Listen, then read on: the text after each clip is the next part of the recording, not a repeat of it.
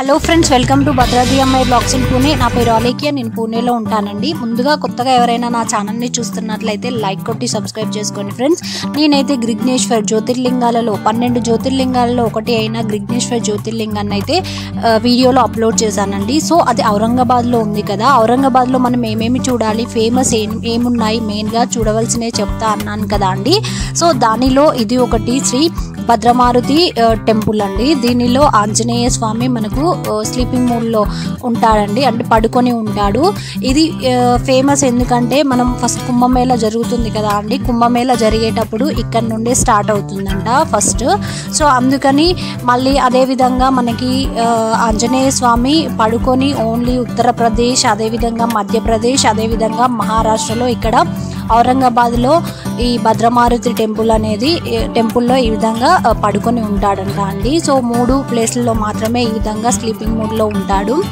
అదేవిధంగా కుంభమేళ జరిగేటప్పుడు ఇక్కడ నుండే స్టార్ట్ అవుతుందండి. అదేవిధంగా నేను ఔరంగాబాద్లో ఇంకేమి ప్లేసెస్ ఉన్నాయి, ఇంకా షిర్డీలో నేనైతే ఫుల్ వ్లాగ్ని అయితే పోస్ట్ చేశానండి. షిర్డీ గురించి కూడా మనం షిర్డీకి వెళ్ళినప్పుడు అక్కడ ఏమేమి చూడాలి, ఫుడ్ ఎక్కడ దొరుకుతుంది, మన తెలుగు వాళ్ళ కోసం ఫుడ్ ఎక్కడ దొరుకుతుంది, అదైతే పోస్ట్ చేశాను. అదేవిధంగా దానికి దగ్గరలో ఇంకా ఏ టెంపుల్స్ ఉన్నాయి, మనం ఏమేమి టెంపుల్స్ చూడవచ్చు అదైతే నేను షేర్ చేశానండి.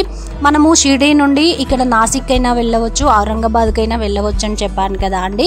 మేమైతే ఔరంగాబాద్కు వెళ్ళామండి. ఔరంగాబాద్లో మనం మొదటగా చూడవలసింది గ్రిగ్నేశ్వర్ జ్యోతిర్లింగం అండి. అక్కడ నుండి ఇది మనకి భద్రమారుతి టెంపుల్ అనేది ఓన్లీ 1 or 2 కిలోమీటర్స్లో ఉంటుందండి. సో మనం ఈజీగా వెళ్ళొచ్చు. ఈ విధంగా నేనైతే అక్కడ దర్శనం చేసుకున్న తర్వాత టెంపుల్ వ్యూ చాలా బాగుంది కదా అండి లోపల. ఆ విధంగా దర్శనం కంప్లీట్ అయిన తర్వాత ఇక్కడనైతే మనకి అవుట్ సైడ్ షాపింగ్ ఉంటుందండి. ఈ విధంగా చిన్న చిన్న షాపింగ్ మాల్స్ అయితే ఉంటాయి, అవి మీతో షేర్ చేస్తున్నాను. ఒకవేళ మీరు గ్రిగ్నేశ్వర్ టెంపుల్ దగ్గరికి వెళ్తే ఈ భద్రమారుతి టెంపుల్ అయితే అస్సలు మిస్ అవ్వద్దండి. అక్కడ చూసిన తర్వాత మనకి ఇంకా ఔరంగాబాద్లో ఏమేమి మెయిన్గా ఉన్నాయో అవి నేనైతే చూపిస్తానండి. ఇంకా నా వీడియోలో ఇంకా ముందు చాలా మంచి వీడియోలు రాబోతున్నాయి. మెయిన్గా మీకు చక్కని ఇన్ఫర్మేషన్తో నేనైతే మీకు వీడియోను అప్లోడ్ చేయదలుచుకుంటున్నానండి.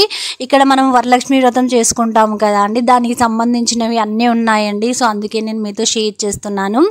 ఈ విధంగా ఇంకా ఏమేమి వీడియోలు రాబోతున్నాయో మీరు నా ఛానల్ని సబ్స్క్రైబ్ చేసుకుంటే మాత్రమే మీరైతే నా వీడియోని చూడవచ్చండి. నేను ఫుల్ ఇన్ఫర్మేషన్తో అన్నీ షేర్ చేస్తున్నాను, మీకు యూజ్ అవుతుందండి. మెయిన్గా యూస్ఫుల్ వీడియో అండి ఇవన్నీ.